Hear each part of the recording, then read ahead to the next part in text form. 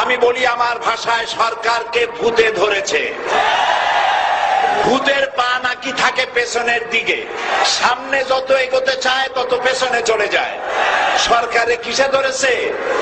ভূতে ধরছে। সরকারের মাথার উপরে চেপেছে বামপন্থীরা। बर्बाद गुलिस्तान के लिए एक ही उल्लू काफी है। गुलिस्तान की हर शाख पे उल्लू बैठे हैं, फिर अंजाम गुलिस्तान क्या होगा? ফুল বাগানের ধ্বংস করার জন্য একটা হুতুম পেঁচা যথেষ্ট, কিন্তু হুতুম পেঁচা বসে গেছে প্রত্যেক ডালে ডালে। ফুল বাগানের অবস্থা কি হবে আল্লাহই জানে। শিক্ষা ব্যবস্থায় তিন নাস্তিক বসা। আইন যাকে দেওয়া হয়েছে তিনি আইনের চেয়ারে বসে সব বেআইনি কথা বলতেছেন। তিনি বলতেছেন ধর্ম ভিত্তিক রাজনীতি চলবে না। প্রধানমন্ত্রী আপনি বলেন নাই আমরা আপনার কল্যাণকামী, যেভাবেই হোক আপনি প্রধানমন্ত্রী হয়েছেন, যেভাবেই হোক আপনি সরকারে গেছেন, আমরা চাই 5 বছর আপনি চালান, কিন্তু ভালোভাবে চালান। যাদেরকে বসাইছেন এই লোকগুলির একটু চেনেন। এই লোকগুলি হচ্ছে তারা যারা আপনার পিতা স্বাধীনতার স্থপতি প্রেসিডেন্ট মরহুম শেখ মুজিবুর রহমান, যার জনপ্রিয়তা ছিল আকাশচুম্বী, সে আকাশচুম্বী জনপ্রিয়তা থেকে মাটির সাথে ধসিয়ে দিল কারা?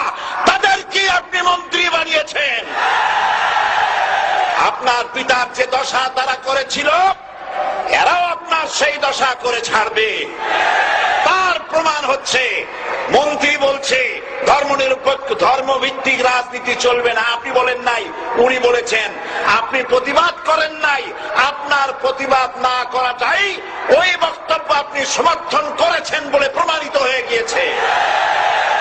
ধর্মভিত্তিক রাজনীতি নিষিদ্ধ ঘোষণা করবার মতো দুঃসাহস করবেন না। ধর্মভিত্তিক রাজনীতি শুধু বাংলাদেশে নয়, ভারতে আছে, শ্রীলঙ্কা আছে, মালদ্বীপে আছে, অস্ট্রেলিয়া আছে, আমেরিকা আছে, নিউ গিনি আছে, অস্ট্রেলিয়া আছে, আমেরিকা আছে, ইউরোপে আছে। পৃথিবীতে গণতান্ত্রিক অন্তত 50টি দেশে ধর্মভিত্তিক রাজনীতি আছে। তারা ইলেকশন করছে এবং ক্ষমতায় গিয়ে তারা পার্লামেন্টে অংশগ্রহণ করছে। বাংলাদেশে ধর্মনিরপেক্ষ রাজনীতি আপনি বন্ধ করতে পারবেন না, অসম্ভব। আইনমন্ত্রী আইন পাশ করে নিষিদ্ধ ঘোষণা করার জিনিস পান নাই। আপনি আইন পাশ করে নিষিদ্ধ করুন, সোনার ছেলেরা টেন্ডারবাজি করতে পারবে না, নিষিদ্ধ।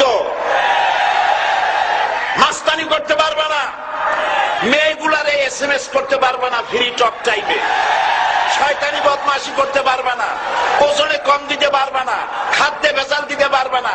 এইসব নিষিদ্ধ করতে পারবেন না। নিষিদ্ধ করার জিনিস পায় না, ধর্ম নিষিদ্ধ করো। তার মানে ধর্ম নিষিদ্ধ করতে পারলেই বড় বড় বোতল খাওয়া যায়। ধর্ম নিষিদ্ধ করতে পারলেই চুরি করা যায়, ডাকাতি করা যায়, বদমাশি করা যায়। আমার সম্মানিত সেক্রেটারি জেনারেল বলেছেন ক্লাস 9 ছাত্রকে অশ্লীল মামলা দিয়ে রিমান্ডে নেওয়া যায়। এই কাজ আপনারা বন্ধ করে দিন। আমি ছোট্ট একটি কথা বলে বক্তব্য শেষ করব। আপনারা সমস্ত 144 জারি করতেছেন, সব 144 জারি করেন কোরআনের তাফসীরের উপরে। যারা কোরআনের তাফসীরের উপরে 144 চালু করেন, আল্লাহর কাছে জবাব দিতে হবে কিয়ামতের ময়দানে। শেষ কথা বলি, বসেন বসেন, শেষ কথা বলে যাই। প্রধানমন্ত্রী, মাননীয় প্রধানমন্ত্রী, আপনাকে আবার বলি, আমরা আপনার শত্রু নই, আমরা আপনার শত্রু নই। আপনার শত্রু আপনার পাশেই। সিংহ, সিংহ, একটা সিংহ আর একটা নেকড়ে আর একটা পাতিশিয়াল, এই তিনটাই মিলে সারাদিন পরিশ্রম করে তিনটা শিকার করেছে। একটি খরগোশ, একটি হরিণ আর একটা বড় গরু। সিংহ বলছে আমি পরিশ্রম করে আমরা তিনজনে শিকার করছি, কিন্তু আমার নিয়ম হলো বিচার ব্যবস্থা না করিয়া, ভাগ না করিয়া খাওয়া আমি পছন্দ করি না। তো আমি প্রথমে দায়িত্ব দিলাম নেকড়েকে, এই নেকড়ে ভাগ কর। নেকড়ে বলল মহারাজ এটা ভাগ করার কি আছে, ওই খরগোশটা বেটা পাতিশিয়াল খাক, হরিণটা আমি খাই। যেহেতু আপনার দেহ বড়, আপনি মহারাজ, আপনি গরুটা খান। সিংহের মেজাজ খারাপ, বেয়াদব, এই ধরনের অসম বন্টন নীতি কে তোকে শিখালো? এক থাপ্পড় মারছে, নেকড়ের কল্লা উড়ে গিয়ে 50 হাত দূরে পড়ে গেছে। এবার সিংহ বলছে, এই শিয়াল ভাগ কর বেটা। শিয়াল কয়, মহারাজ এই সাধারণ জিনিসে কি ভাগ করার কোন বিষয়? কয় না, ভাগ না করলে তো আমি খাইতে পারি না।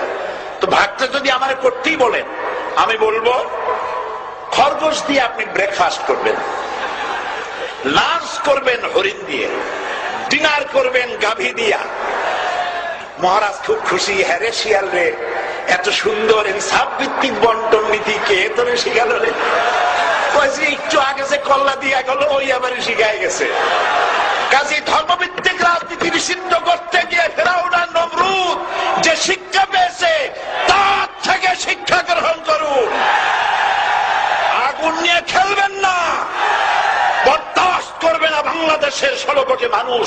মুসলমান তো দূরের কথা, হিন্দু, খ্রিস্টান, বৌদ্ধ সব ধর্মপ্রাণ ধর্মভিত্তিক রাজনীতি নিষিদ্ধ করার মতো আগুন নিয়ে খেলা বন্ধ করুন, বন্ধ করুন। জনগণ মানবে না, মানবে না, মানবে না। আল্লাহ হাফেজ।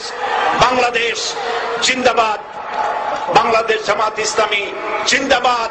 বীর